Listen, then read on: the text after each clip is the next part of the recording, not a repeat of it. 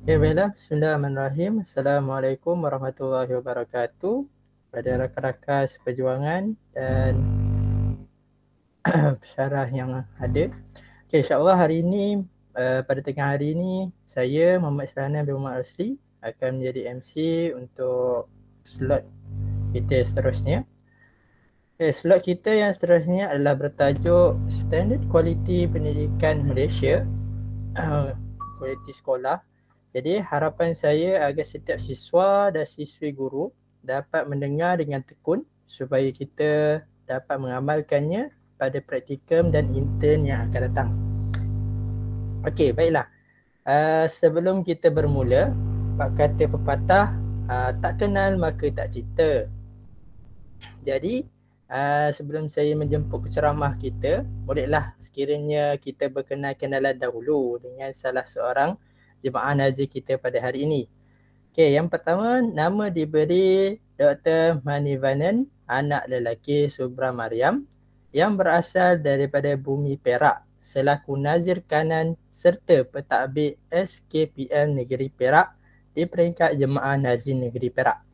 Beliau mempunyai kelulusan Dr. Falsafah Pendidikan Matematik. Okey, baiklah.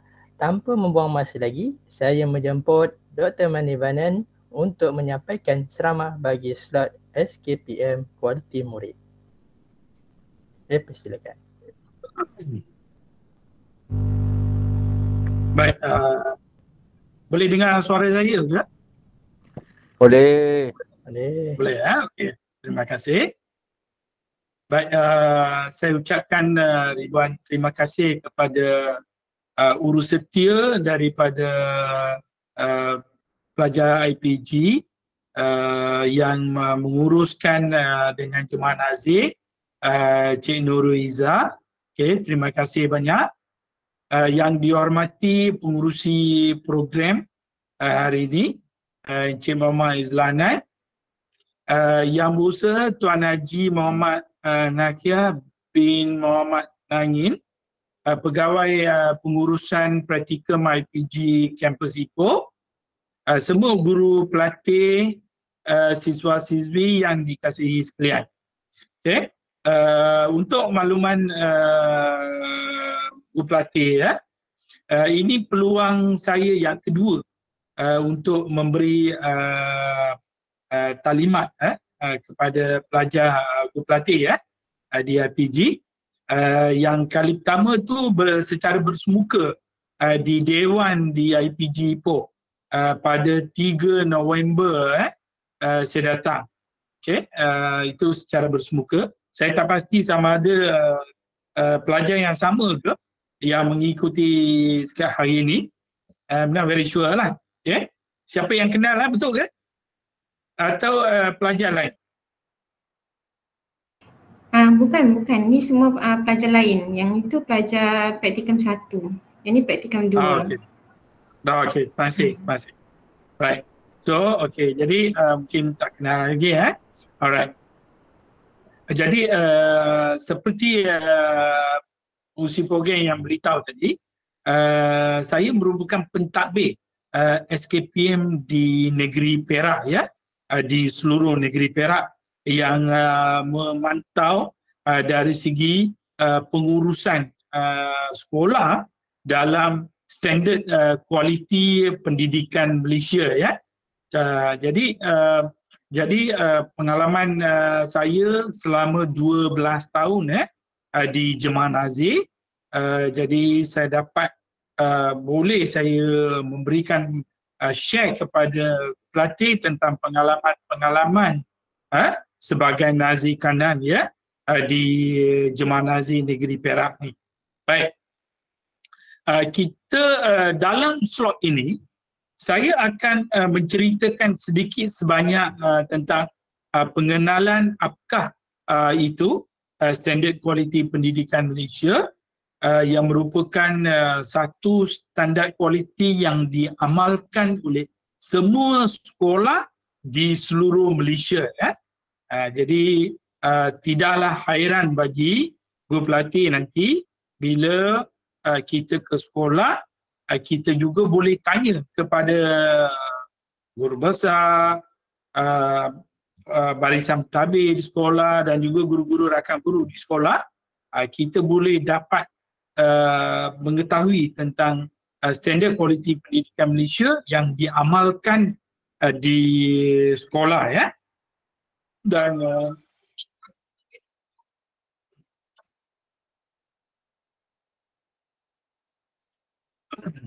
baik, seterusnya slide ya. Seterusnya cuba kita tengok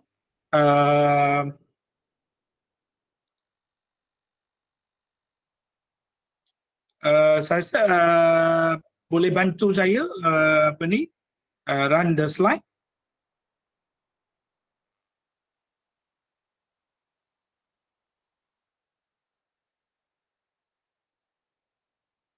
Okay, thank you very much. Okay, bila kita lihat kepada latar belakang tentang SKPM atau dalam erti kata yang lain adalah Standard Kualiti Pendidikan Malaysia.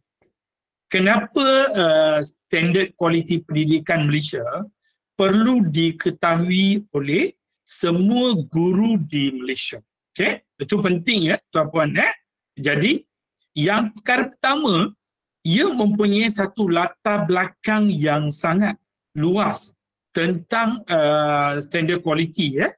Kalau kita lihat pada tahun 2001 ia dimulakan sebagai standard tinggi kualiti pendidikan. Selepas itu kita ada semakan semula dan kita telah mengubah suai sedikit sebanyak standard tinggi kualiti pendidikan kepada standard kualiti pendidikan Malaysia pada tahun 2003. Selepas itu semakan yang ketiga kita buat pada tahun 2010 dan seterusnya SKPM G2. G2 ialah kita panggil sebagai gelombang 2 dan gelombang 2 ini pada tahun 2017 dan akhirnya kita ada satu lagi selepas semakan yang baru, kita ada Standard Kualiti Pendidikan Malaysia SKPM Kualiti at Sekolah. Ini adalah yang terkini dan terbaru yang sedang digunakan oleh semua sekolah di seluruh Malaysia ya. Jadi mahu tak mahu guru pelatih, bila anda menjadi sebahagian daripada guru di sekolah, perlu ya melihat kepada perkara-perkara yang terkandung dalam Standard Kualiti Pendidikan Malaysia kerana ia merupakan alat peningkatan kualiti sekolah. Saya ulang balik, apakah Standard Kualiti Pendidikan Malaysia ini sangat penting? Penting kerana sekolah menggunakan Standard Kualiti Pendidikan Malaysia sebagai alat peningkatan atau kita kata instrumen peningkatan atau kita sebut modul peningkatan kualiti ya, kualiti sekolah. Jadi mungkin guru pelatih belum tahu segala kandungan-kandungan dalam SKAS ini ya. Jadi bila anda mula bertugas di sekolah dan mempunyai jawatan-jawatan tertentu atau kita panggil sebagai jawatan tugas ya. Jawatan tugas pada masa itu mungkin guru pelatih sudah terlibat secara langsung ya dengan menggunakan SKPM ini. Baik, bila dia melalui satu proses yang agak lama ya, jadi bila dia melalui satu proses semakan ini, semakan ini dibuat kerana ia adalah disesuaikan mengikut situasi pengurusan sekolah pada masa sekarang. Itu maksud mengapa latar belakang ini dimaklumkan kepada guru pelatih semua, ya. Okey, baiklah, kita lihat kepada yang seterusnya. Ini adalah model, ya, model SKPM Quality at Sekolah yang terkini. Ia dibahagi kepada 3 bahagian, ya. Okay. Yang pertama, kita ada kekuatan kami. Ini merupakan satu komponen yang sekolah perlu lihat. Dari segi dulu mengapa kita panggil sebagai kekuatan kami. Kekuatan merupakan apa sumber yang ada di sekolah. Sumber kekuatan di sekolah. Sumber ini dimiliki sekolah dan pihak sekolah mereka akan menganggap, ya, inilah kekuatan yang sedia ada sekolah saya dalam aspek-aspek tertentu, dan dengan adanya kekuatan di sekolah, bagaimana sekolah saya boleh uruskan dengan terbaik. Jadi pentingnya sebagai guru pelatih, tuan-puan kena tahu, ya, apakah kalau kita pergi sesuatu sekolah, kita perlu lihat kepada apa kekuatan yang ada di peringkat sekolah tersebut. Sama ada dalam bidang sama ada dalam bidang guru, murid, kualiti PDP di sekolah itu sendiri, bagaimana dengan staf bukan guru, bagaimana dengan prasarana akademik di sekolah, prasarana sukan dan co-curriculum di sekolah, okay? Prasarana hal ehwal murid, persekitaran digital. Bagaimana persekitaran digital, kekuatan di sekolah. Kadang kita masuk sekolah, kita buka kita punya handphone, tengok tak ada line. Masuk kawasan sekolah tak ada line. Macam mana tu? So, apakah kekuatan persekitaran digital di sekolah? Bagaimana kalau sekolah-sekolah yang mempunyai asrama harian ataupun asrama penuh, bagaimana mereka menguruskan? Okay? Dan akhirnya kita ada satu lagi aspek sokongan ibu bapa, komuniti dan pihak swasta, ya, di sekeliling sekolah itu yang membantulah dari segi tenaga, dari segi kewangan. This is we call support system, okay, yang diperolehi oleh sekolah daripada pihak luar dan juga pihak berkepentingan di peringkat sekolah tadilah. Okay. Bahagian yang kedua kita nak sebut ialah pengurusan kami. Ini adalah komponen yang kedua. Nanti kita akan pergi lebih lanjut. Dan seterusnya kita ada pencapaian kami. Jadi kita ada 3 komponen dalam model SKPM Quality at Sekolah yang perlu kita memahami setiap bahagian inilah. Right? Kita tengok slide yang seterusnya. Kalau kita tengok instrumen SKPM Quality at Sekolah ini, seperti yang saya sebut tadi, ia dipecah kepada 3 lah. Okay? Kekuatan kami, apakah sumber yang sedia ada di sekolah yang merupakan kekuatan sekolah. Kadang sekolah kata, saya tak ada internet, saya tak cukup kekuatan internet, saya tak cukup guru, saya tak cukup bilik, saya tak cukup bangunan sekolah.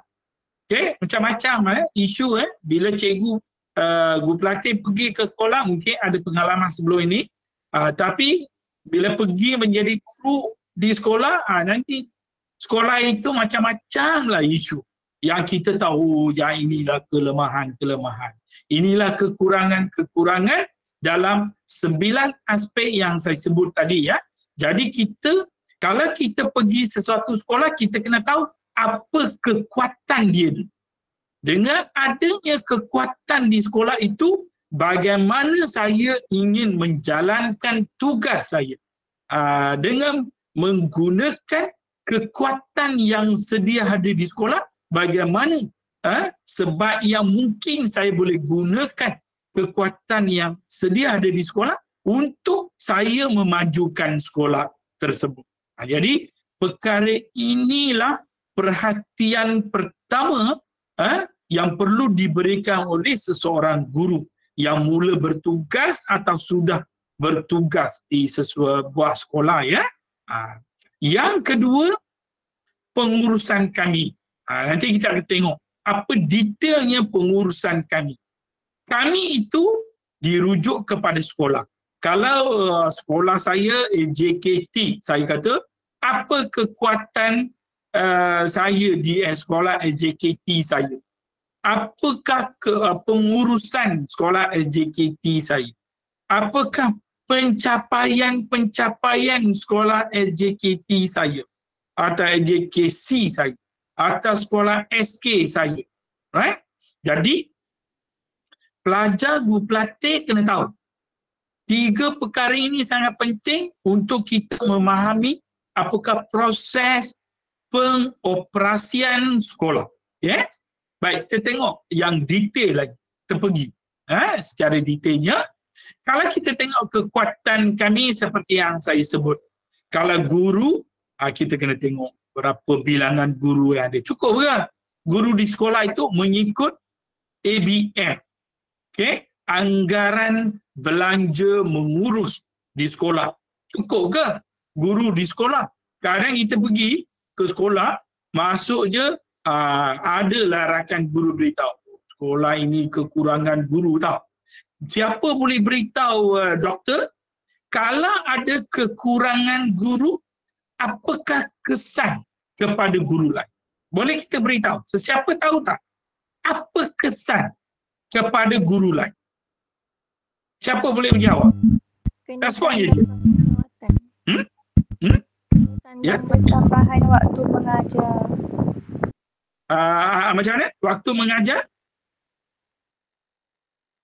Ya, Nur Rafi, apa tu? Nur? Boleh je. Salah betul jangan kisah ya. Jangan. Kita just respond saja. Alright? So, jadi dari sana doktor boleh rumuskan untuk anda. Okay? Kalau apa kesan pertama? Kalau kekurangan guru? Beban tugas guru bertambah. Okey, bagus. Yang pertama, beban tugas guru bertambah. Okey, bila ini umum, beban tugas guru bertambah dalam aspek apa? Kita kena tahu. Apa aspek yang kemungkinan? Kalau guru tak cukup, apa akan jadi? Beban tu di mana?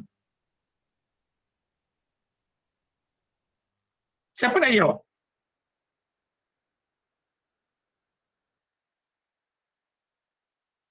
Saya rasa masa apa? Ya, no? Masa apa?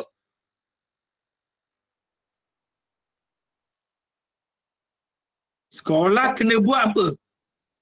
Jadual guru ganti. Kerap kita punya masa rehat pun habis. Katakan kita ada masa rehat 2-3 masa, kita kena masuk kelas lain, kena pergi mengajar. Jadi kalau kekurangan guru atau guru cuti sakit berpanjangan, guru yang tak datang sekolah, ada guru malas datang ke sekolah, ada guru tak mau masuk kelas pun ada. So kalau kita tengok kalau guru tak pergi ke sekolah, guru sakit berpanjangan, guru pergi kursus, guru pergi ke mesyuarat. Contoh kan, macam-macam. Macam-macam tuan-puan akan lihat di sekolah. Maka, apa ke jadi? Kita kena ganti. Jadi, kita kena jadi guru ganti kat sekolah. Itu kesan. Kalau kekurangan guru. Jadi, sesebuah sekolah tu pentingnya kita ada guru. Guru yang cukup mengikut ala ABM atau kita kata anggaran belanja mengurus. Kalau guru tak cukup, memang ada kesan sampingan akan berlaku dan itu adalah tanggungan bersama.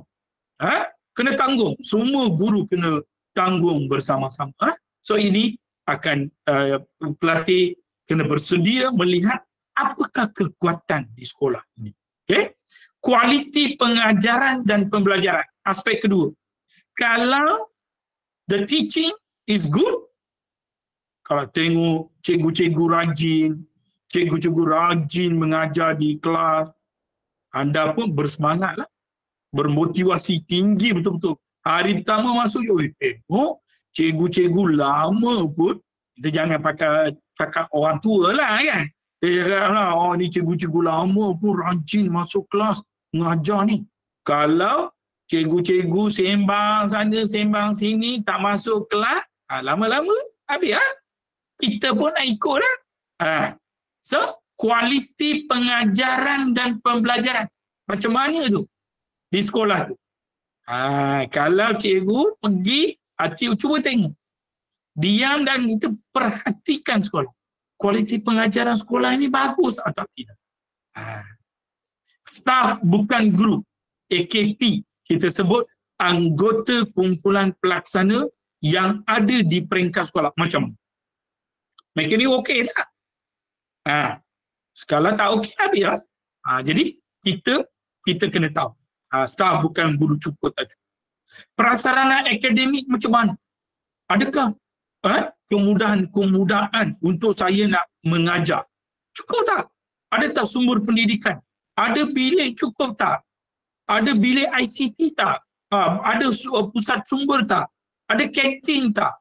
Kadang tanya, makmal sains ada atau tidak? Kalau tak ada makmal sains, macam mana ni saya nak ajar?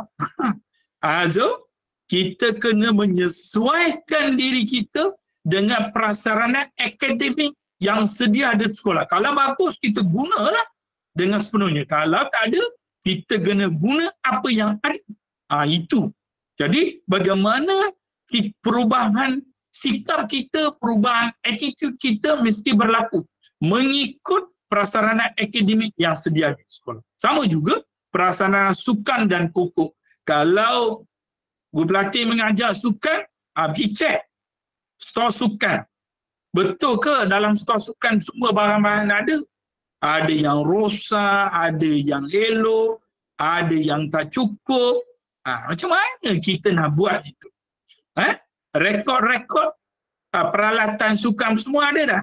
Jadi, kita kena tengok kekuatan sedia ada di sekolah. Prasarana hal ehwal murid. Kalau sekarang dah musim COVID, kembali dah. Ada tak bilik isolasi ada tak? Bilik kesihatan ada tak? Di sekolah. Pergi cek. Ada ke? Kalau murid tiba-tiba sakit, di mana nak tempatkan? Bilik isolasi ada tak? Apa proses-proses untuk kita kalau murid sakit? Apa kita kena buat? Apa prosesnya? Apa langkah-langkah pertama? Apa kita kena buat? Sekarang kita jadi AJK, ahli jawatan kuasa dalam jawatan kuasa kesihatan murid. Apa ya hidup kita? Nanti kalau kita tak tahu apa tugas kita, habis.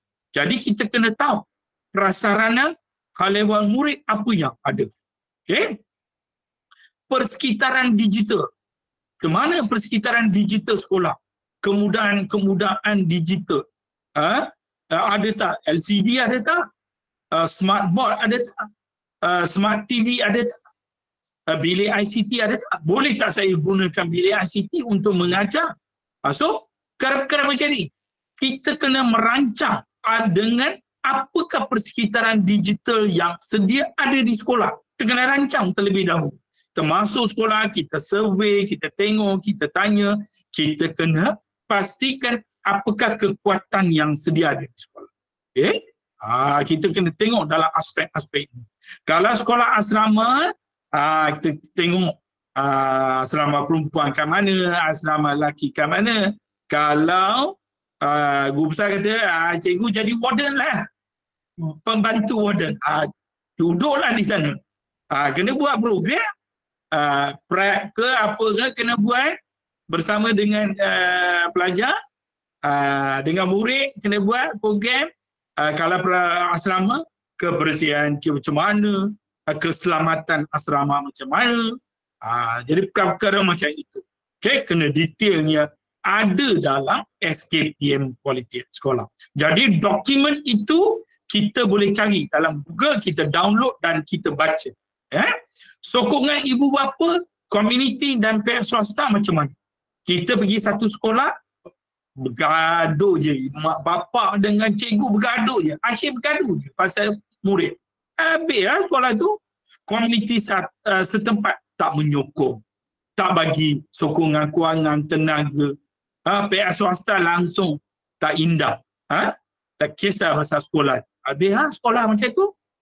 So kita kena adakan kemesraan dalam komunikasi di antara ibu bapa, komuniti dan pihak swasta. Bagaimana kita hendak memartabatkan sokongan ibu bapa, komuniti dan pihak swasta. Kalau guru pelatih jadi setiausaha PIBG, habis.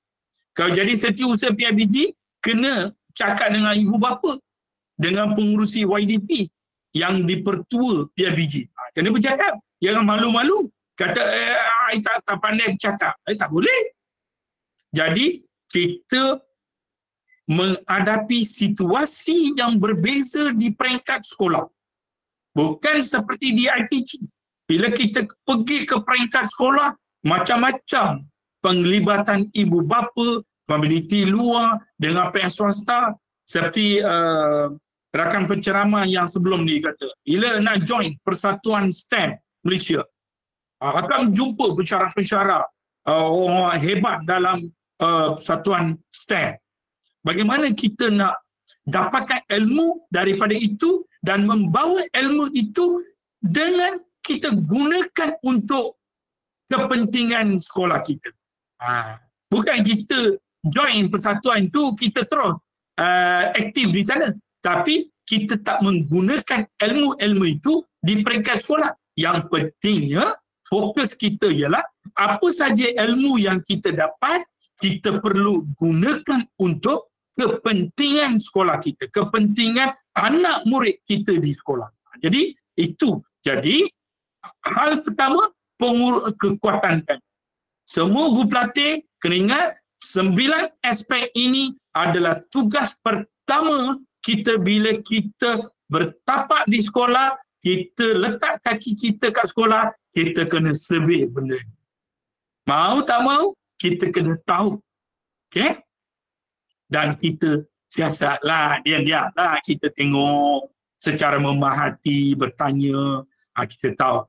Dan bila kita tahu kekuatan macam mana ada di suatu sekolah ini, barulah kita merancang apa saya kena buat.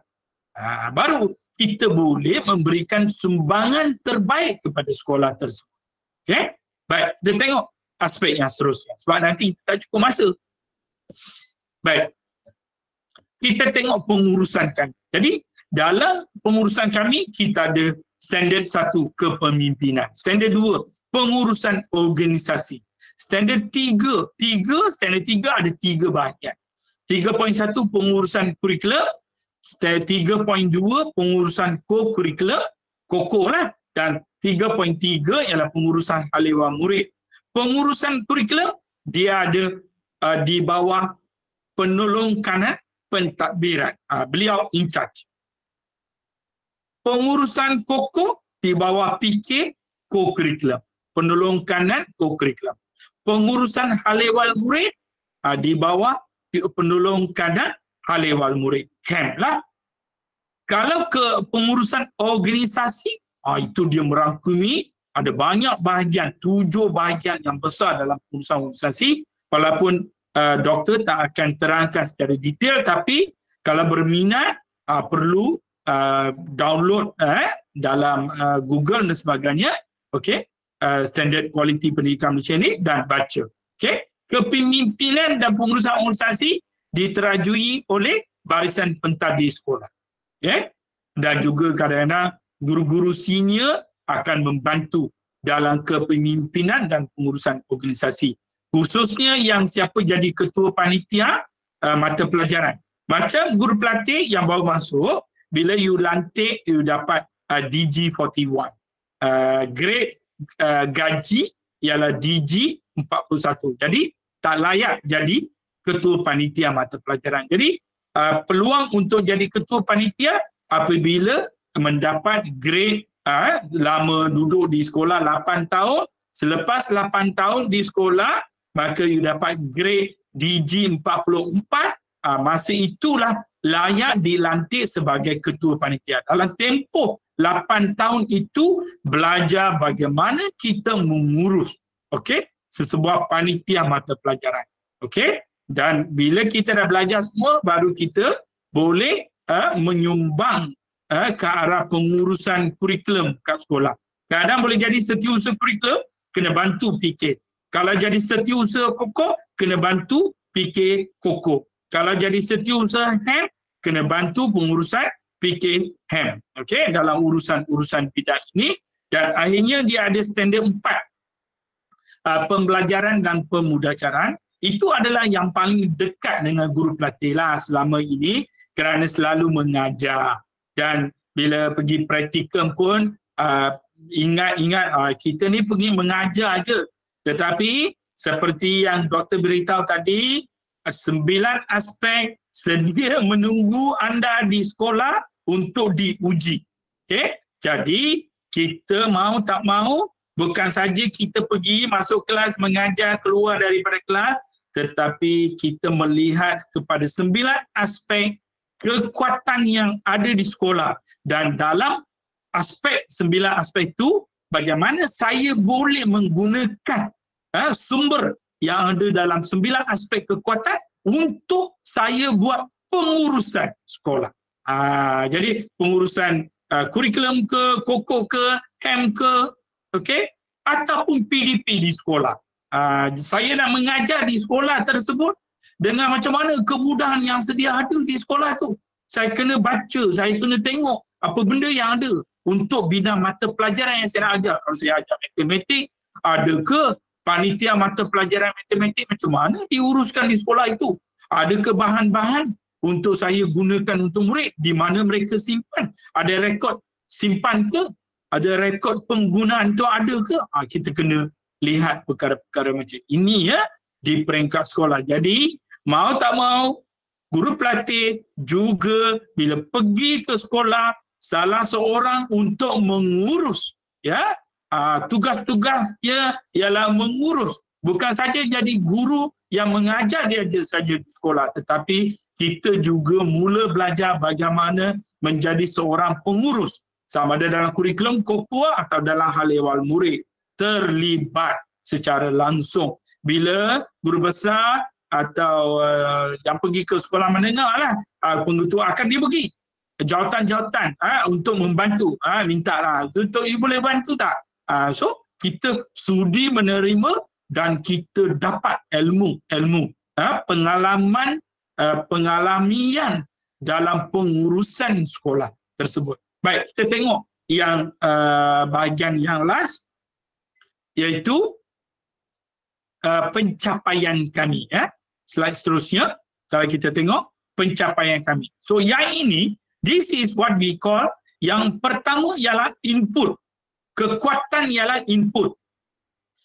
Pengurusan kami ialah proses. Pencapaian kami ialah output. Bagaimana pengurusan, begitulah pencapaian sekolah. Kalau kita buat dengan betul PDP kita, murid pun jadilah kemenjadian murid dalam akademik pun bagus. Kemenjadian murid dalam pokok pun bagus. Kalau PJ, kalau beruniform, kelab persatuan, menjalankan tugas mengikut ketetapan kurikulum pokok. Okay? Kemenjadian sahsia murid. Murid sekolah itu berdisiplin atau tidak. Bagaimana kita mendisiplinkan murid. Jadikan murid yang kita kata mengamalkan budaya amalan terbaik. Okay? Sahsia terbaik. Okay? Dan sebagainya. Dan baru-baru ini dalam standard ini kita masukkan pencapaian guru dan sekolah. Jadi guru pelatih mulai sekarang bertungkus lumus mesti mendapat anugerah-anugerah, pencapaian-pencapaian, pencapaian untuk diri sebagai guru dan boleh membantu kalau sekolah ingin membuat pencapaian-pencapaian untuk peringkat sekolah. Jadi untuk pencapaian diri pun kita kena usahakan. Kalau kita dapat peringkat-peringkat mungkin menjadi guru inovasi STEM, guru inovasi di peringkat daerah, negeri, kebangsaan atau antarabangsa. Jadi kita kena usahakan untuk diri untuk kita mendapatkan anugerah atau pentauliaan atau kita kena jadi kita dapat kita kata pencapaian-pencapaian yang menunjukkan kita sendiri maju dan pada masa yang sama kita majukan sekolah. Right? Okay, kita tengok satu contoh. Mungkin dalam cepat saya akan pergi kepada bahagian satu standar, iaitu standar 4. Okay. Tengok slide seterusnya.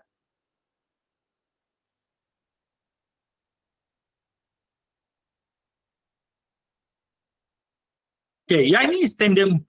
Inilah yang paling biasa lah. Guru pelatih akan train yourself.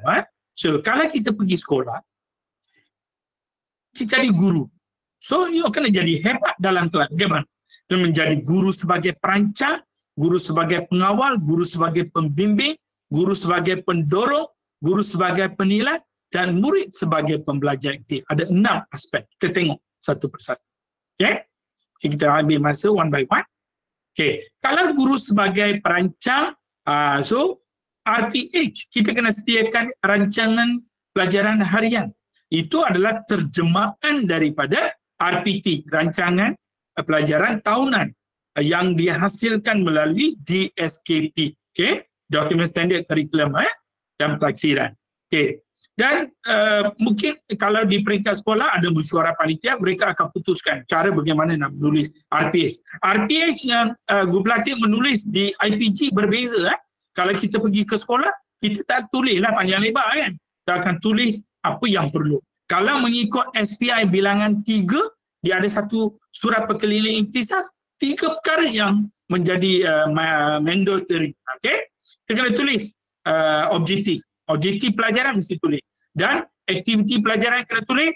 Dan keberkesanan aktiviti pelajaran. Atau kita sebut sebagai refleksi atau impak kepada pelajaran yang kita ajar. Dan dari samping itu, kadang kita akan tulis tentang kaedah pentaksiran kita di sekolah dalam kelas bila belajar. Apa ABM, BBB, bahan bantu belajar, bahan bantu belajar, TMK yang kita gunakan dalam kelas, objektif boleh tak diukur, aras keupayaan. Adakah kita tulis RPH ni mengikut aras keupayaan murid yang lemah, sederhana dengan murid yang berpotensi ya. Jadi semua ini sebagai guru sebagai perancang. You rancang sebelum mengajar dalam kelas. So yang ini dah belajar. Okey, seterusnya kalau guru sebagai pengawal macam mana? Nanti tengok. Kalau guru sebagai pengawal, proses pembelajaran mengikut perancangan. So apa yang kita rancang tadi kita mengajar. Bila kita mengajar, kita mengelola isi pelajaran. Kita mengelola isi pelajaran yang kita rancang pada masa yang sama, kita mengelola mengikut peruntukan masa. Kalau setengah jam lah. Kalau sejam. Dalam masa itu bagaimana you nak uruskan dan bagaimana nak memastikan penyertaan aktif murid. Ya? Dan dalam konteks bagaimana kita nak didik, hibur, pelbagai aktiviti, mengawal perlakuan dan pertuturan murid dan menyusun kedudukan murid dalam kelas pun kita kena fikir. Kalau TS25, kalau kita sebut tentang transformational planning, kita kena tengok susunan atur murid bagaimana dalam kelas mengikut aktiviti lah, mengikut kesesuaian aktiviti pembelajaran. So semua ini perlu dipertimbangkan kalau guru sebagai pengawas. Sebab itu saya kata dokumen ini sila baca dan memahami sendiri. Okay? Guru sebagai pengawal itu. Right. Seterusnya 4.3, aspek 4.3 adalah guru sebagai pembimbing. Okay? Dia ada konsep, dia ada kemahiran, dan kita kalau guru sebagai pembimbing dia tunjuk ajar konsep dan kemahiran kepada murid. Okay? Cara bagaimana menyelesaikan, bagaimana murid menggunakan sumber pendidikan yang kita bawa dalam kelas, dan juga guru akan menggabungkan isi pelajaran dengan mata pelajaran lain. Ini penggabung jalinan orang sebut. Okay? Itu guru sebagai pembimbing. Okay. Guru sebagai 4.4, guru sebagai pendorong. Bagaimana seorang guru itu mendorong dalam kelas? Iaitu dia akan mendorong minda, dia guru juga sebagai pendorong emosi. Kalau kita mendorong apa kita kata minda, bagaimana kita mendorong minda murid? Okay? Minda murid, kita kena PAK 21, dia ada 4 benda lah. Komunikasi, kreatif, kolaboratif, kritis, dan juga nilai sebenarnya. So jadi ada 5 perkara bagaimana kita nak mendorong minda murid. Kalau emosi, kita kena beri pujian, kita kena beri penghargaan, kita kena bagi keyakinan, kita prihatin terhadap keperluan murid. Jadi konsep pendorong ini nak jadikan murid belajar sendiri. Bagaimana murid sendiri, cikgu boleh mengajukan soalan dan boleh tak melihat kepada kepimpinan murid. Kalau kita bagi group aktiviti, murid boleh memimpin dan boleh menjalankan tugas. Dan murid sendiri memukakan soalan. Okay? Kalau bukan selalu guru yang tanya, kita pastikan murid tanya kita soalan. Itu yang berjaya. PDP yang berjaya lah murid yang tanya soalan. Okay? Dengan rakan ataupun dengan guru lah. Okay? Itu guru sebagai pendorong. Okay? Guru sebagai penilai adalah kita tahu bahawa bagaimana guru melaksanakan pentaksiran. Formatif, summatif, guru melaksanakan pemulihan, pengayaan, latihan dan tugasan yang kita bagi macam mana untuk kita nak melihat penguasaan murid dalam pembelajaran. Dan juga menyemak hasil kerja mereka. Dan saya beritahu, guru pelatih mesti semak buku latihan murid. Kalau kita bagi latihan, kita mesti semak buku latihan murid. Mengapa? Kalau kita semak buku latihan, baru kita tahu apakah penguasaan murid. Setakat mana status penguasaan murid. Kalau mereka menguasai atau tidak. Baru kita akan mengubah cara pengajaran kita. Dan kita perlu buat refleksi PDP supaya kita nak tahu mereka faham atau tidak dalam kelas apa yang kita ajar. Jadi semua ini adalah merangkumkan sebagai guru sebagai penilai kerana kita mentaksir murid secara formatif ataupun secara sumatif. Right? Dan seterusnya kita ada murid sebagai pembelajar aktif, iaitu inilah dipanggil pada akhirnya satu-satu PDP ini berjaya bila kita boleh laksanakan PAK 21 dengan terbaik, bila ada komunikasi di antara murid, komunikasi murid dengan bahan, murid dengan guru, murid dengan bahan. Okay? Murid dengan bahan, murid dengan guru dan antara murid berlaku komunikasi. Dan kolaboratif, mereka bertugas dalam kumpulan dan mereka berjaya menyelesaikan masalah tugasan yang kita bagi. Dalam itulah pemikiran kreatif berlaku, pemikiran kritis berlaku dan murid sanggup mengemukakan soalan kepada guru, mengaitkan isi pelajaran dengan kehidupan harian murid dan mereka boleh membuat keputusan menyelesaikan masalah pembelajaran. Dan kita bagi tugasan lah. Mereka ada kaedah-kaedah sendiri bagaimana mereka nak menyelesaikan. Tak payah kita bagi kaedah. Biar mereka sendiri cari penyelesaian. Lepas tu kita modify, kita betulkan, kita bagi komen positif dan motivasikan keseluruhan PDP dalam kelas. Sebab tu saya kata, kalau ingin belajar dengan lebih mendapatkan cara bagaimana pencerapan berlaku di sekolah, kalau guru pelatih, ada guru pembimbing di sekolah dan pengetua atau guru besar nak lihat PDP guru pelatih, mereka akan lihat kepada 6 aspek PDP ini.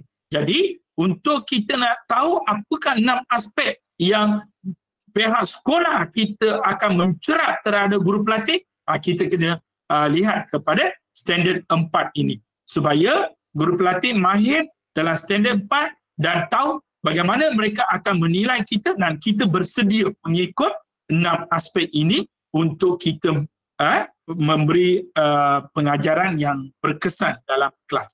Baik. Jadi itu sahaja secara keseluruhan dan dia ada sistem lah. Sistem sekarang sudah bina iaitu sistem bersepadu KPM. Kalau kita pergi Google kita boleh tengok. Itu adalah MOIS dan dalam itu kita ada modul itulah SKPM Quality at Sekolah dan seterusnya. Ini adalah untuk pengetahuan secara kasar lah. Dia ada sistem pengurusan identiti.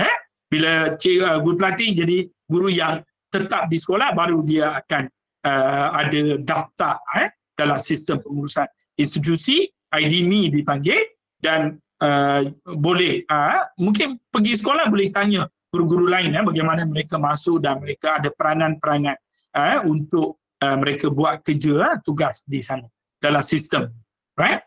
Dan seterusnya inilah sistem bagaimana mereka masuk dan mereka lihat kepada peranan-peranan guru. Banyak modul ada dalam tu untuk guru-guru memainkan peranan. Okay? Dan SKPM ni ada kualiti. Dia ada menilai diri sendiri, sekolah menilai diri sendiri dan mereka akan berikan skor dari segi pengurusan sekolah itu. Dan mereka akan boleh menetapkan taraf. Taraf sekolah dia boleh jadi cemerlang, taraf sekolah boleh jadi baik, taraf sekolah sederhana dan taraf sekolah boleh jadi perlu tindakan segera, dulu kita panggil lemah. Jadi kalau kita salah seorang guru pelatih yang ada di sekolah, kita kena pastikan kitalah salah seorang yang menyumbang kepada cemerlang, baik, sederhana atau lemah di peringkat sekolah. Jadi kita terlibat langsung untuk mencemerlangkan sekolah. Right. So jadi itulah secara keseluruhan tentang serba ringkas saya boleh sebut tentang SKPM, Standard Quality Pendidikan Malaysia. Banyak perkara terkandung dalam itu dan pelajar-pelajar boleh baca dan memahami dan menghayati untuk menjadi guru terbaik, guru yang berkesan di peringkat sekolah. Okay? Saya ucap tahniah dan syabas dalam praktikal dan menjayakan kecemerlangan sekolah. Okay? Ada soalan boleh tanya, kalau tidak saya serahkan kepada pengurusi majlis. Silakan. Okay, baik, ada sahabat-sahabat semua ada nak tanya soalan dulu ke? Okay, kalau tak ada, kita teruskan kepada slide yang seterusnya. Terima kasih, Doktor. Okey, sama. Terima kasih diucapkan kepada Dr. Mani Bayan dan anak lelaki Subhan Mariam atas perkongsian yang cukup bermakna buat kami sebagai persiapan sebagai seorang guru. Semoga dengan perkongsian yang diberikan dapat memberi manfaat dan semangat kepada siswa-siswi guru. Seterusnya kita akan beralih pula kepada intipati yang seterusnya yang bertajuk 7 teras KPM yang akan disampaikan oleh Puan Zuhaila binti Ismail. Buat pengetahuan semua, Puan Zuhaila merupakan Ketua Panitia Penazir Prasekolah Jemaah Nazir yang mula berkhidmat pada tahun 2019 sehinggalah sekarang. Beliau juga telah dilantik sebagai Task Force SKPK dan SKPK 2.0. Jadi tanpa membuang masa lagi, saya menjemput Puan Zuhaila untuk menyampaikan ceramah berkenaan 7 teras utama yang diperkenankan oleh KPM. Dipersilakan Puan. Okey, Assalamualaikum. Boleh dengar suara saya tak? Ingat buat. Dengar. Okey, terima kasih kepada pengurusi majlis. Bismillahirrahmanirrahim. Assalamualaikum.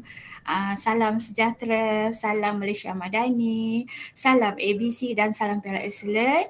Alhamdulillah ya, kita diberi kesempatan untuk bersama-sama menjayakan program Semarak Kecemerlangan Praktikum Institusi Pendidikan Guru IPG Ipoh. Jadi hari ini saya berbesar hatilah dan mengucapkan terima kasih di atas jemputan daripada pengurusan praktikum IPG Kampus Ipoh untuk berkongsi maklumat berkaitan 7 teras KPM. Jadi sebelum itu saya rasa yang berusaha ya Tuan Haji Muhammad Nakil bin Muhammad Nakil, Pegawai Pengurusan Praktikum IPG Kampus Ipoh mungkin ada di sini yang berusaha, semua pensyarah-pensyarah dan juga yang saya kasihi bakal-bakal guru sekalian yang ada bersama-sama dengan kami pada hari inilah. Alhamdulillah sebab diberi kesempatan untuk bersama berkongsi ya maklumat berkaitan 7 teras KPM.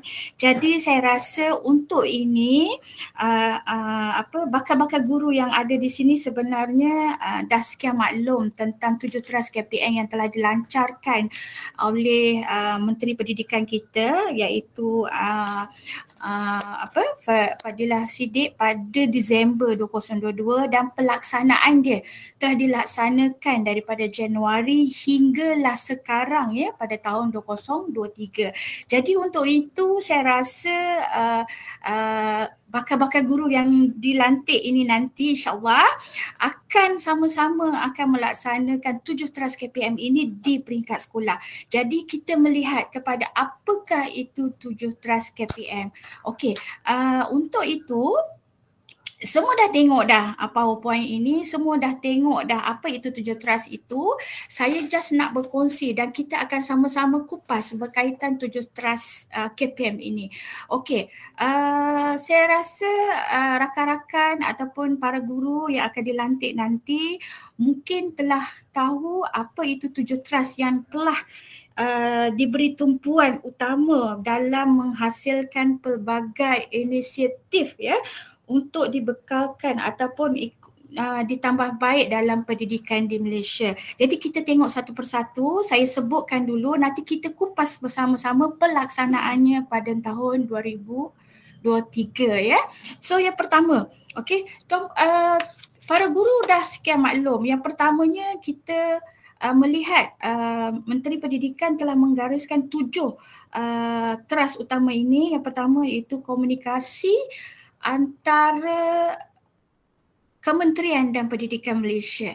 Okey, yang ini ialah perkara utama yang ditekankan oleh kementerian, di mana tuan-puan tahu inilah kerja buat kita sentiasa bersama dengan orang ramai ataupun bersama dengan audien ataupun bersama dengan ibu bapa, masyarakat dan juga murid. So saya tak nak kumpas lagi, kita melihat satu persatu. So yang kedua, melihat kepada penekanan aspek keramah insaniah melalui pembentukan adab, akhlak dan juga integriti.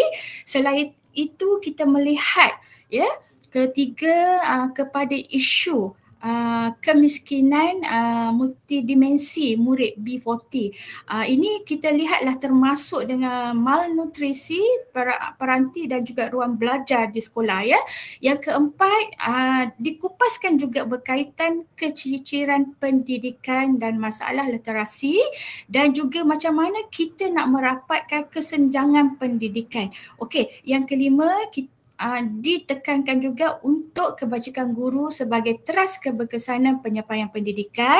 Dan yang keenam, ubah suai dan naik taraf sekolah, daif Taman Sabah dan Sarawak. Dan yang ketujuh, peningkatan keupayaan pendidikan digital di sekolah. So saya rasa yang ini mungkin para guru, bakal-bakal guru di sini yang sedang praktikum ini telah mendalami ataupun telah hadam 7 teras yang ditekankan oleh KPM ya pada tahun 2023 dan pelaksanaannya. So untuk itu, untuk menjayakan pelaksanaan 7 trust ini, kementerian dia inginkan kerjasama rapat antara semua stakeholder yang ada di Malaysia yang berkaitan dengan pendidikan. Jadi inilah nadi untuk Kementerian Pendidikan ya. Ini nadi ya untuk menjayakan unjuran ataupun jajaran yang betul ke arah masa depan pendidikan di Malaysia, terutamanya murid sekolah lah ya, dan juga kita sebagai guru. Okey, untuk itu kita akan kupas satu persatu daripada 7 trust ini. Kita akan melihat bagaimana kesungguhan pelaksanaan 7 trust ini oleh kementerian dalam sektor pendidikan negara kita untuk meningkatkan pendidikan di Malaysia berdasarkan pelaksanaan gerak kerja ya. Saya boleh nyatakan di sini pelaksanaan gerak kerja serta pencapaian dalam tempoh tahun 2023, dan kita akan melihat pelibatan bantuan dari persekolahan, penyediaan infrastruktur, penyediaan sumber pendidikan yang berkualiti dan juga isu ataupun bebanan para guru, termasuklah melalui pengisian program-program persekolahan yang dilaksanakan dalam pelbagai inisiatif ya KPM untuk menjayakan nadi keunggulan KPM ini. Ya, boleh saya sebut macam tu ya. Okey, kita tengok teras yang pertama. Okey, kita tengok teras yang pertama. Okey, di sini penekanan kepada komunikasi antara kementerian dan juga sekolah yang lebih cekat dan telus. Okey, kita sebagai bakal guru ya, kita sebagai bakal guru di mana apabila kita berada di sekolah nanti, inilah amalan kita bagaimana kita nak berkomunikasi dengan masyarakat sekeliling dan cara kita berkomunikasi dengan ibu bapa dan juga murid-murid di sana. So di sini kalau bakal-bakal guru yang ada di sini melihat ya, bagaimana caranya ialah kita tengok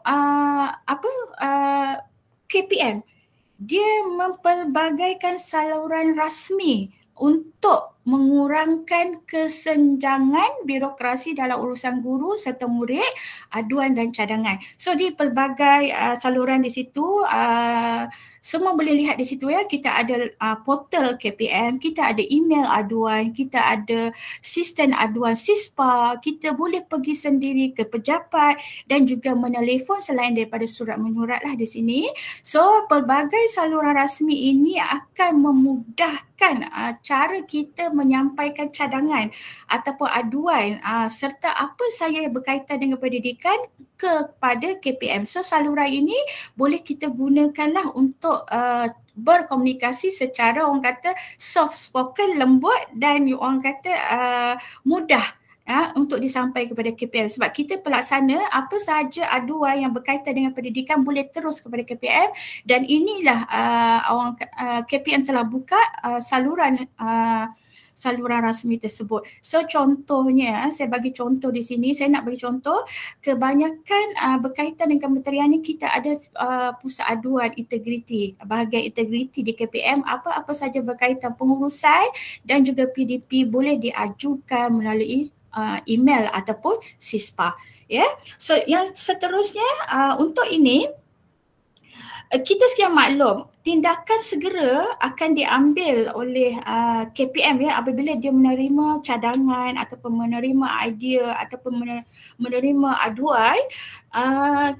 Laporan tersebut akan diambil tindakan segera melalui kaedah solusi yang terbaik di peringkat KPM lah.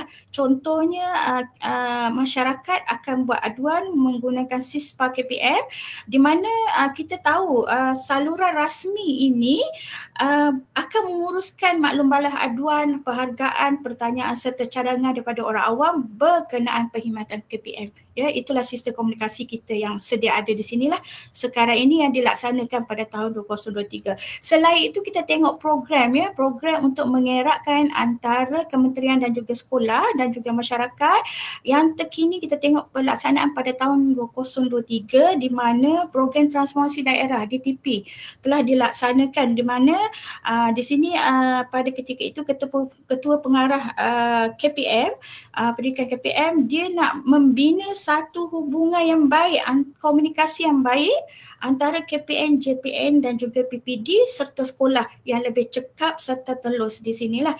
Jadi untuk itu KPN akan memenuhi cabaran itu dan titik permulaan yang ada dan sama dapat direalisasikan oleh pentadbiran kerajaan kita masa kini So untuk itu kefahaman dan juga rasa tanggungjawab perlu diterapkan di kalangan semua pegawai bagi menyokong guru-guru dan bakal guru yang ada sekarang, di mana kalaulah ada apa-apa makluman, idea, keterangan ataupun aduan, boleh terus kepada saluran yang telah disediakan. So nanti saya rasa sebab masa yang diperuntukkan ini tak panjang, saya tak boleh nak kupas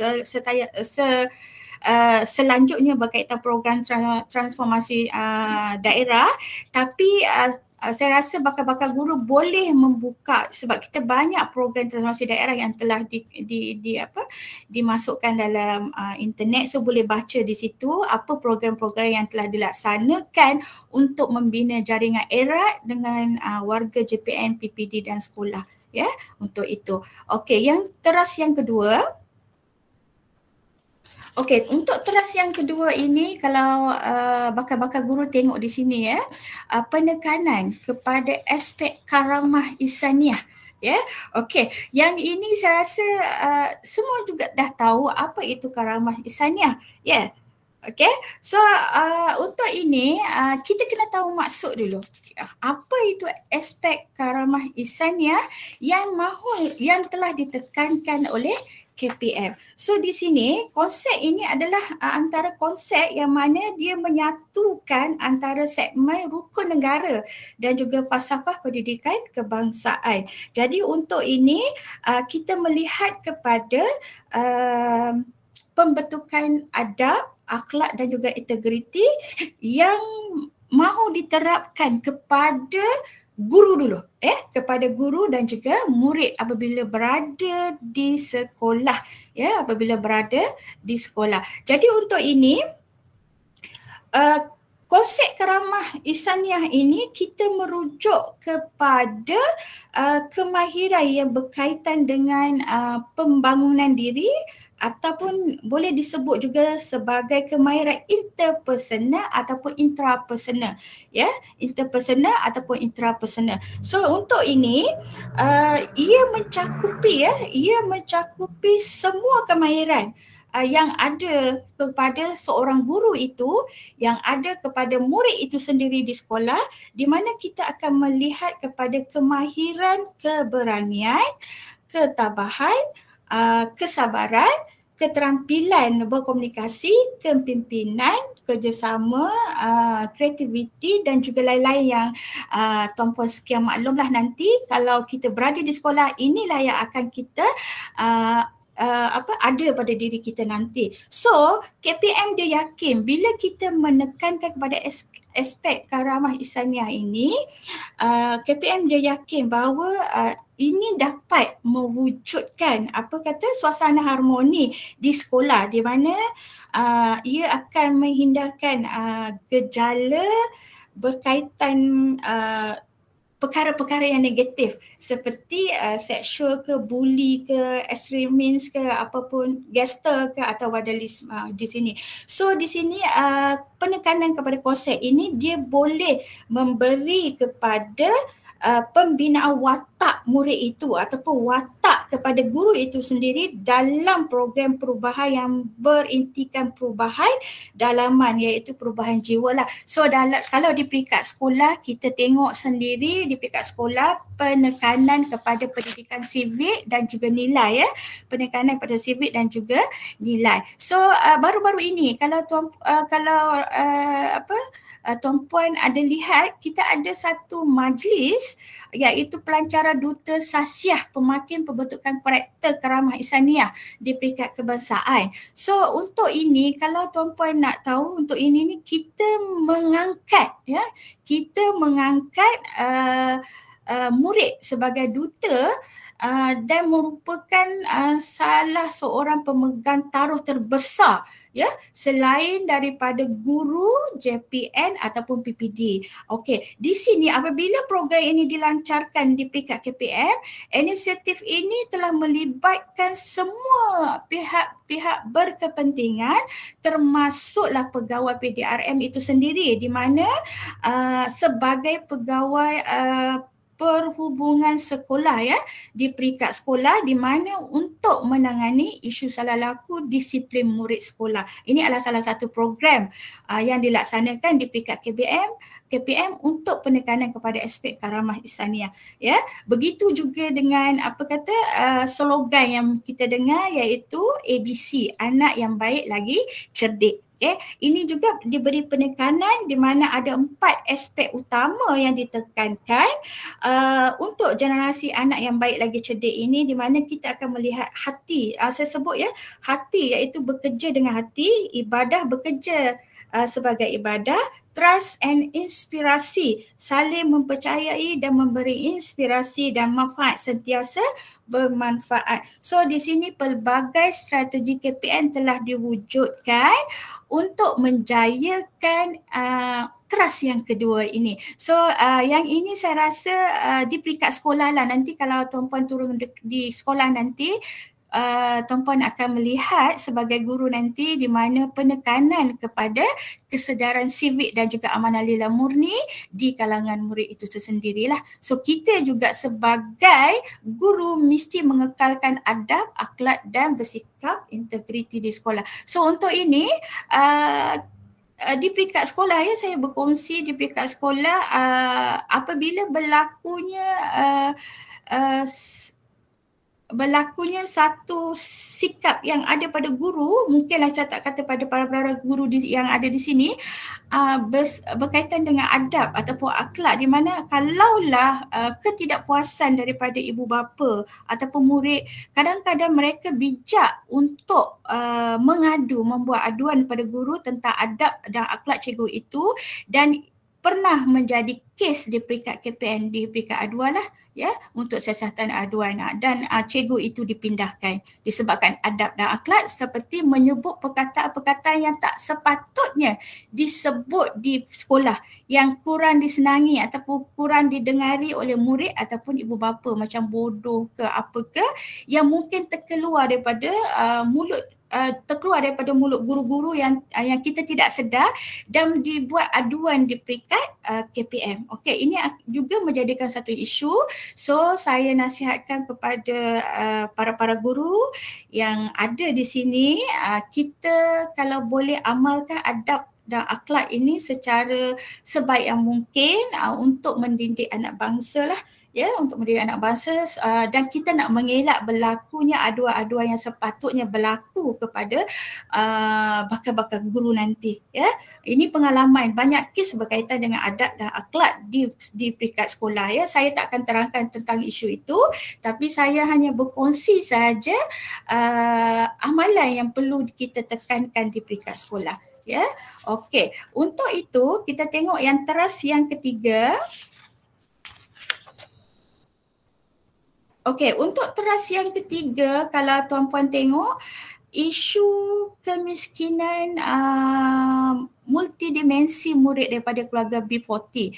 Okey, so untuk ini kita ada 3 perkara yang ditekankan oleh KPM lah, seperti saya sebutkan tadi, iaitu multinutrisi ataupun perhati dan juga ruang pembelajaran. So di sini kita punya Menteri Pendidikan, dia amat memberi fokus kepada masalah isu kemiskinan ini daripada keluarga B40, termasuklah murid-murid yang miskin. Murid-murid yang miskin dalam pendidikan. Maksudnya di sini penekanan diberikan melibatkan golongan yang orang kata golongan yang kurang berkemampuan.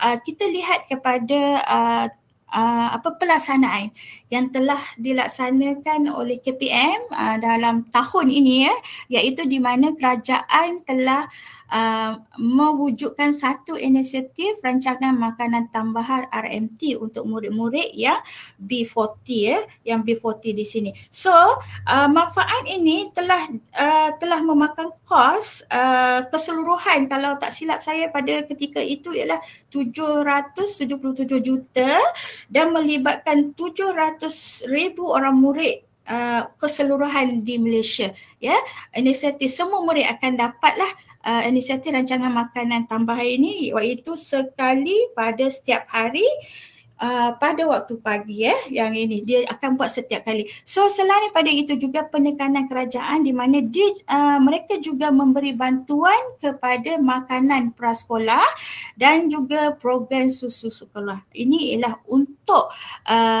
multidimensi yang kita fokus pada malnutrisi murid yang kurang berkemampuan lah, ya. Okey, selain itu kita melihat kepada bantuan peranti kepada murid sekolah. So yang ini bantuan peranti ini kita melihat bagaimana pembelajaran secara digital berlaku sejak zaman COVID-19 hinggalah kini, di mana kita tengok kerajaan dia berinisiatif untuk mengagihkan peranti kepada pelajar di institusi pendidikan dan juga sekolah lah yang terpilih. So ini ialah yang diagihkan bagi meningkatkan isu kemiskinan tersebutlah. Selain itu, ruang pembelajaran juga telah ditambah baik infrastrukturnya, terutamanya sekolah-sekolah yang daif untuk yang ini. So penekanan ini amat ditekankan oleh kementerian kita lah, KPM, bagi meningkatkan isu meningkatkan ataupun mengurangkan jurang isu kemiskinan dalam pendidikan negara. Okey. So untuk itu kita tengok untuk teras yang keempat, ya, teras yang keempat.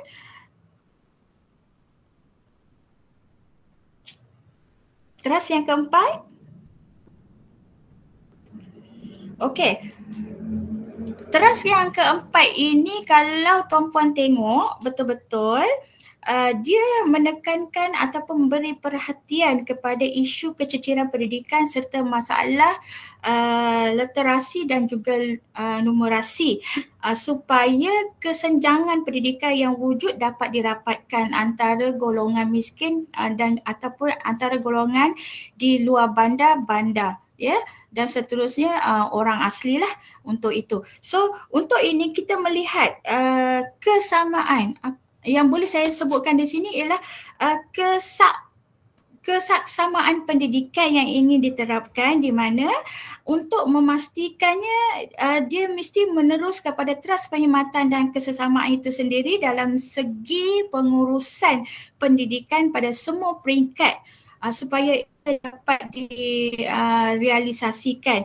Yang ini penting, ya. Yang ini penting sebab semua murid tanpa mengira lokaliti latar belakang, termasuk murid yang paling lemah dan juga rentan pendidikan, yang mana kementerian telah membuka peluang pembelajaran yang saksama, ya, yang saksama seperti murid lain. Okey, kita melihat kepada pelaksanaan pada tahun 2023 oleh kementerian bagi memberi perhatian kepada isu kececeran ini. Okey, cuba tengok yang pertama itu.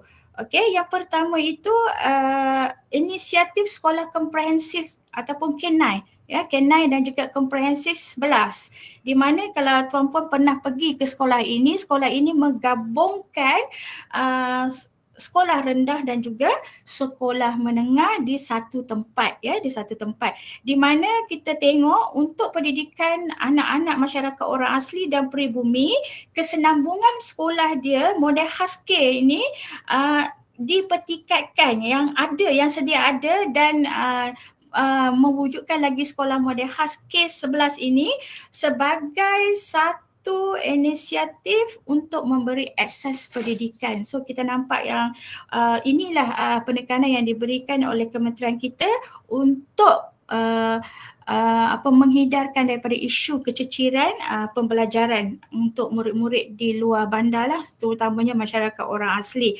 So kita tengok di sini peringkat rendah hingga menengah ini kita boleh lihatlah satu sekolah. Ada di Perak pun ada ya, kalau saya tak lupa SK Bainun ke apa di Hulu Perak. Di Hulu Perak yang ada sekolah komprehensif K9 dan juga K11 ini. Ya, untuk ini kita tahu ini ialah cara untuk menangani isu kececiran murid belajar di pedalaman lah. Okey, sehingga kinilah KPM telah meluluskan pertambahan 9 buah sekolah lagi K9 dan dekat K11 ya untuk tahun 2023. Selain itu kerajaan juga telah menyediakan akses pendidikan bagi murid-murid ataupun bagi pelajar yang berada di pusat pemulihan yang kita sekian maklum yang kita namakan sekolah integriti, di mana di sini kerajaan dia tak mahu pelajar-pelajar yang berada di pusat pemulihan iaitu di sekolah integriti susut dia punya pembelajaran. Jadi penekanan pada akses pendidikan berkualiti telah dilaksanakan pada semua pelajar untuk sekolah ini. Ya, di mana latihan akan diberikan dari segi pendidikan teknikal dan juga latihan vocational TVET ke pusat pemulihan. Okay, ini adalah satu pelaksanaan yang telah diuruskan oleh Kementerian Pendidikan. Yang ketiga, kita melihat kepada pendidikan wajib yang khusus ya kepada murid berkeperluan pendidikan khas ya, yang berkeperluan pendidikan khas. Di sini kita tahu bahawa murid berkeperluan khas ini sebelum ini ramai yang ibu bapa yang tidak menghantar murid untuk ke sekolah. So sekarang ni semua murid wajib untuk menjalani pendidikan ini, termasuklah murid ini yang kita melihat kepada murid yang terdiri daripada 6 kategori lah, seperti yang pakar-pakar cikgu tahu, di mana kalau kita sebut je murid MBK ini dia ada 6 kategori, di mana yang pertama kategori dia ketidakupayaan pendengaran, ketidakupayaan penglihatan, ketidakupayaan pertuturan, ketidakupayaan fizikal, masalah pembelajaran dan ketidakupayaan pelbagai. Seketerbukaan untuk murid-murid ini bersekolah dan menerima pendidikan telah dibuka luas, dan juga KPM juga telah meningkatkan bilangan pembangunan untuk murid-murid ini, murid-murid berkeperluan khas ini melalui unit perancangan ekonomi bagi membina bangunan tambahan yang merangkumi bilik-bilik darjah dan kemudahan lain untuk program pendidikan khas ya, bagi mengelak daripada isu kececiran pelajar-pelajar pendidikan khas. So selain daripada itu juga kita melihat kepada KPM, dia juga untuk mengelakkan daripada isu kececiran ini, dia menitik beratkan, kementerian menitik beratkan pemerkasaan ya, pemerkasaan kepada pendidikan prasekolah dan juga enrolment murid prasekolah itu sendiri, di mana di sini diberi perhatian oleh KPM, prasekolah yang sedia ada itu dipertingkatkan dia punya infrastrukturnya, dan juga telah dinaikkan kadar bantuan makanan prasekolah seperti mana isu yang saya bentang yang tadi, yang multinutrisi tadi ya, kadar bantuan kepada murid prasekolah, di mana semua murid dibekalkan BMP ya, bantuan makanan prasekolah. Dan inisiatif ini diwujudkan oleh KPM bagi meningkatkan enrolment murid selain daripada kualiti guru dan juga pembantu murid, supaya bilangan kelas prasekolah pada tahun 2023 meningkat dan berlakunya anjakan pertambahan kepada pembukaan ataupun kepada perluasan kelas prasekolah ya yang dicadangkan oleh KPM pada tahun 2023 iaitu sebanyak 118 buah termasuk kawasan miskin bandar, luar bandar dan juga pedalaman. Okey, kita kupaskan satu-satu pelaksanaan yang telah dilaksanakan oleh KPM untuk menangani masalah isu tersebut. Okey, kita tengok teras yang kelima. Bagi teras yang kelima, kerajaan Kementerian Pendidikan dia amat memfokuskan kepada kebajikan guru ya, di mana teras ini dia nak melihat kepada keberkesanan penyampaian pendidikan. So ada 3 pelaksanaan yang dilaksanakan oleh KPM untuk menjaga kebajikan guru ini. Okey, yang pertama itu sokongan profesional berterusan. Okey, yang ini semua guru diberi khusus khas untuk peningkatan profesional secara berterusan. Kalau tuan-puan bakal guru pernah dengar tu sistem SPL KPM, melalui sistem SPL KPM ya di sini. Selain itu kita melihat kepada tumpuan dan juga kebajikan kepada guru, termasuk tekanan yang dihadapi oleh guru disebabkan beban tugas dan juga berjauhan daripada pasangan. Di sini kerajaan ingin menaikkan martabat guru ya, untuk terus memberi sumbangan keberkesanan kepada penyampaian pendidikan, termasuk bakal-bakal guru yang ada bersama-sama saya pada hari ini. So selain pada itu, kita tengok inisiatif kerajaan ya. Kita melihat inisiatif kerajaan di mana ya, di mana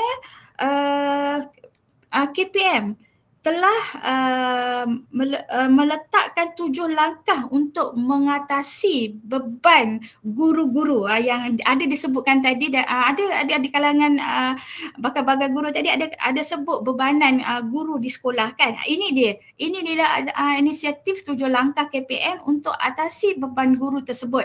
So kalau tuan-puan tengok di sini, yang pertamanya, okey, yang pertamanya semua jenis sambutan majlis ataupun pertandingan yang tak memberi impak kepada pembelajaran murid dimasukkan ya, dimasukkan. Yang keduanya, kita melihat kepada standard kualiti pendidikan Malaysia seperti mana yang telah dibentangkan oleh Dr. Maniwanan tadi, akan dilaksanakan sekali sahaja sepanjang tahun ya. Akan dilaksanakan sekali sahaja sepanjang tahun. Okey.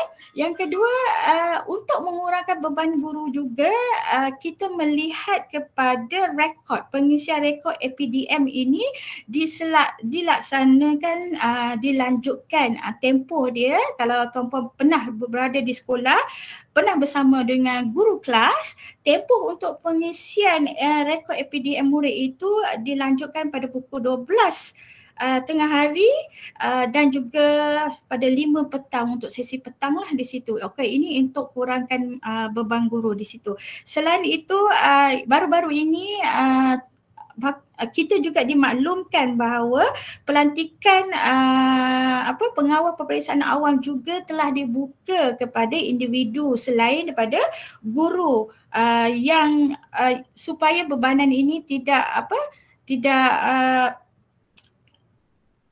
membebankan guru lah ya di sini. So di situ yang terkini kalau tuan-puan ingat yang telah diwar-warkan iaitu sambutan Hari Guru hanya boleh dilaksanakan di peringkat kebangsaan dan juga di peringkat sekolah sahaja. So di peringkat negeri kita tak laksanakan. So inilah antara inisiatif yang dilaksanakan oleh KPM bagi mengurangkan beban guru. Selain daripada itu, yang ini kita bakal guru ya patut bersyukur ya, patut bersyukur di mana penulisan rancangan pelajaran harian RPH ini hanya melibatkan 3 elemen utama sahaja, iaitu objektif, pengajaran dan refleksi. Sebelum ini banyak ya elemen-elemen yang dimasukkan dalam RPS seperti mana arahan seperti KBAT ke apa ke STEM ke.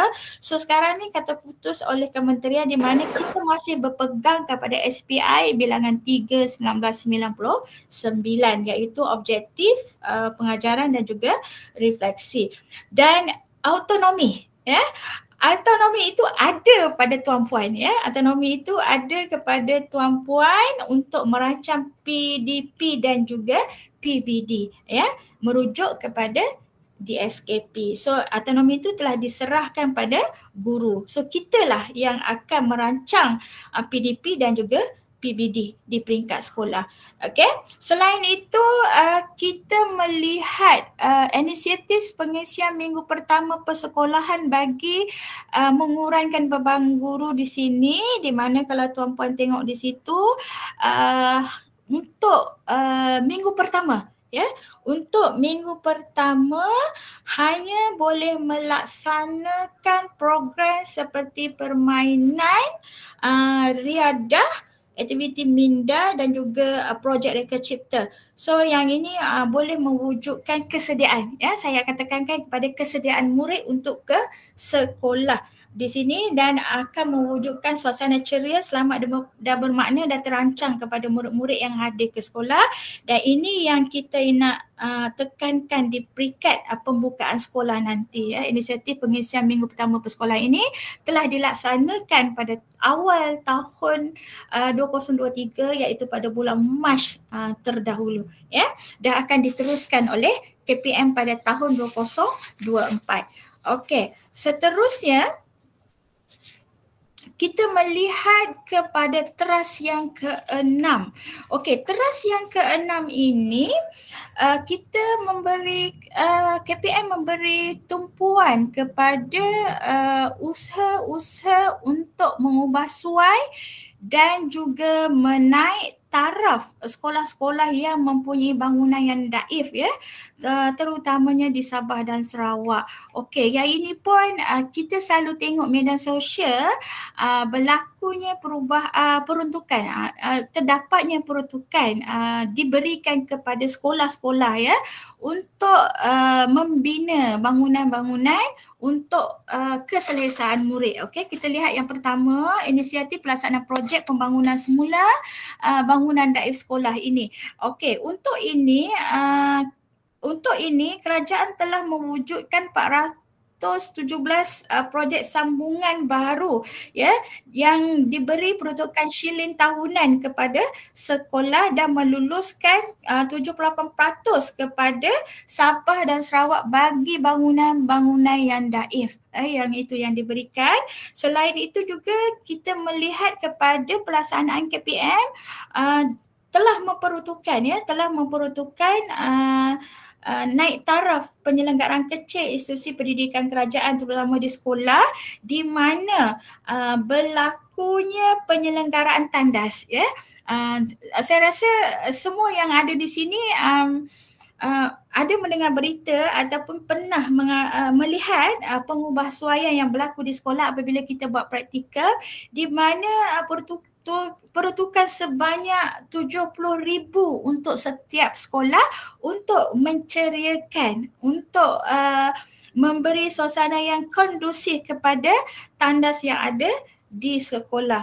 Okey. Selain itu kita melihat kepada peruntukan-peruntukan lain yang diberikan kepada KPM selain pada tandas lah, seperti pagar dan sebagainya berdasarkan peruntukan yang telah diputuskan pada tahun 2023 bagi meningkatkan orang kata environment atau persekitaran pembelajaran yang bermakna di sekolah itu. Ya, itu tumpuan yang telah diberikan oleh KPM bagi menaik taraf sekolah-sekolah yang mempunyai bangunan daif ya.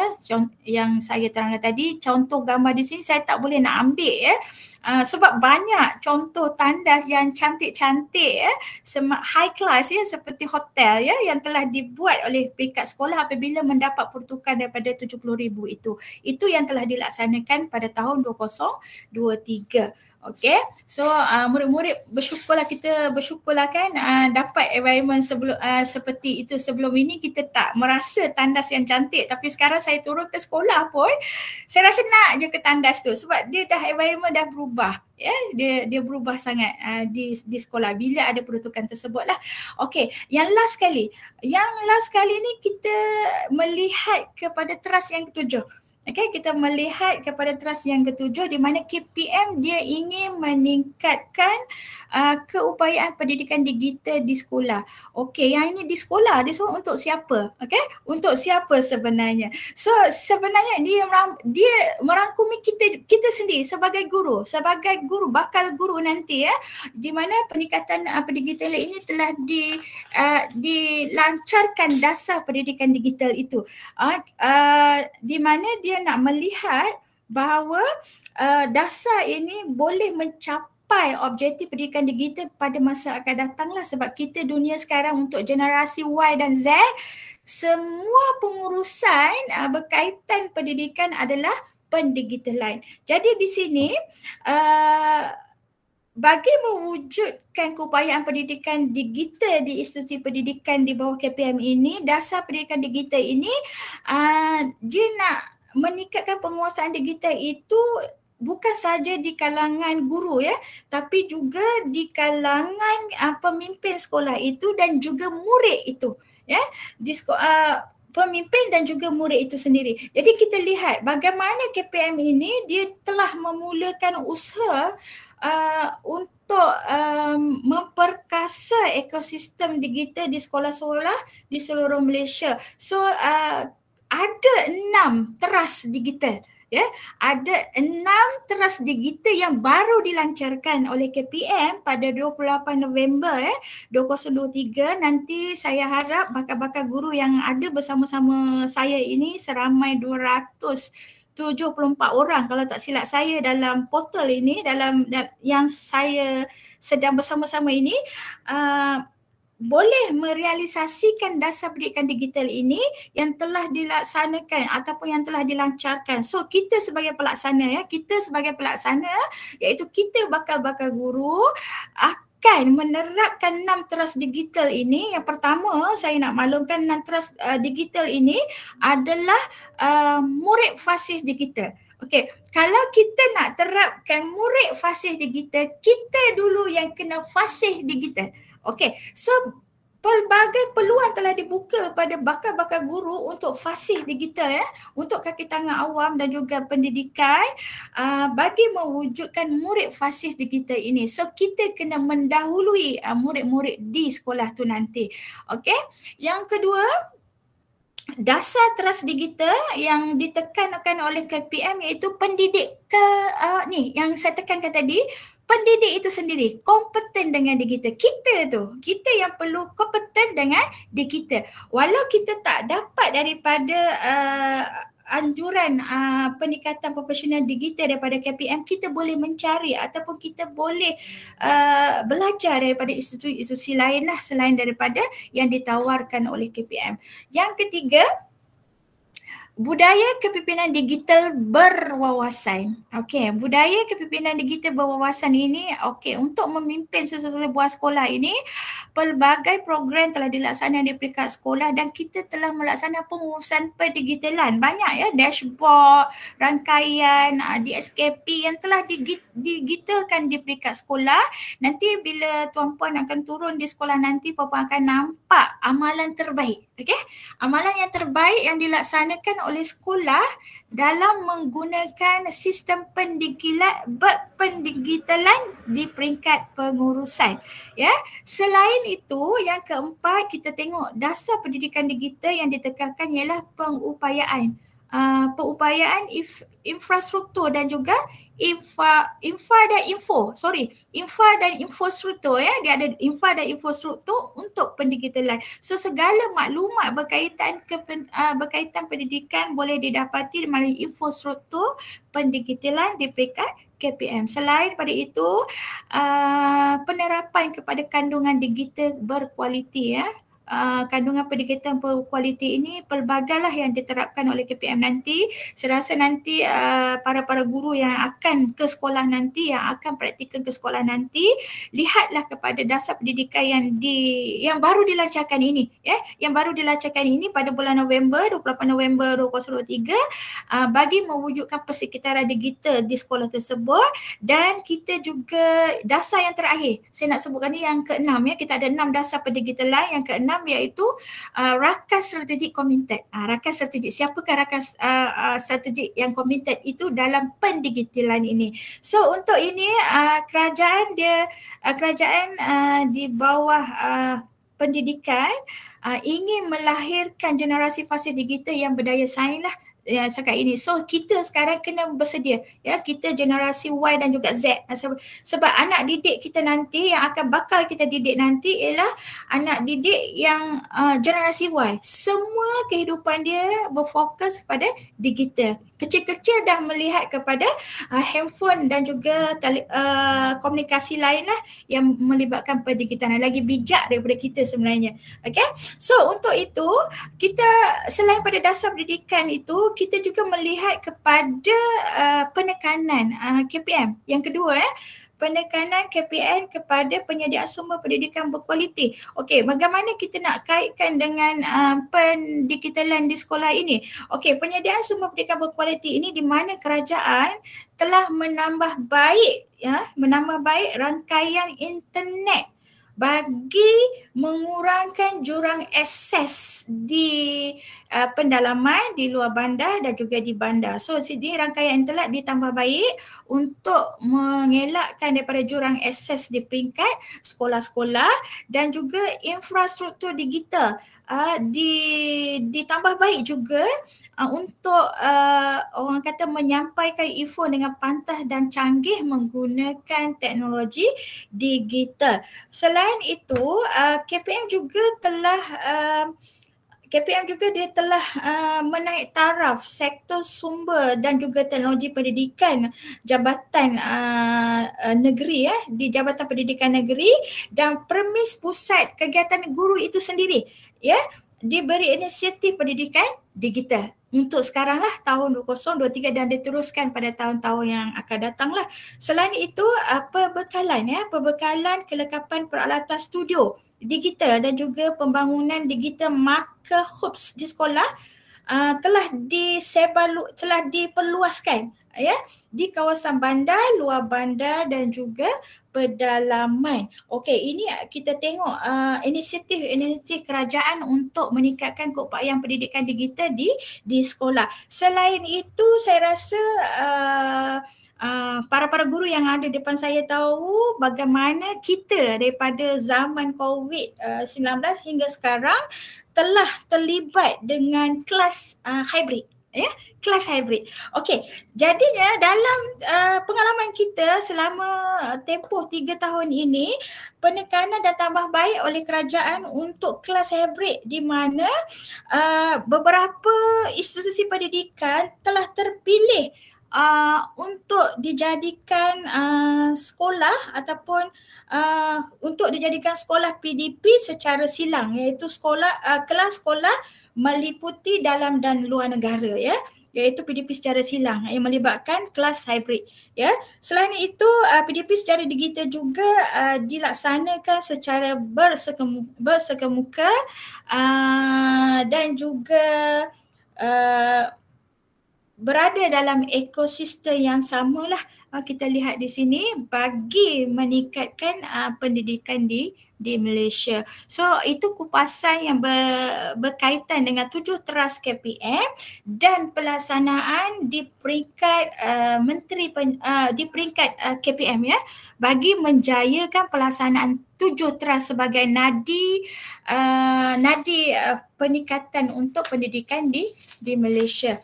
Jadi untuk itu kita pernah dengar ya slogan murid ceria, okey, murid ceria, guru bahagia, sekolah bitara dan negara sejahtera. Daripada 7 teras itu, kerajaan ingin mempertingkatkan kerjasama dengan semua pihak termasuk Kesatuan Perkhidmatan Perguruan dan juga Majlis Pengetua Sekolah Malaysia dan Persatuan Guru bagi mewujudkan kesaksamaan pendidikan ini, berteraskan 7 teras keunggulan kementerian tadilah ya yang telah kita kupas sama-sama tadi. Jadi untuk ini kesungguhan KPM dalam memastikan hala tuju dan matlamat ke-7 teras ini dapat dilihat daripada pelaksanaan gerak kerja seperti mana yang telah saya kupas tadi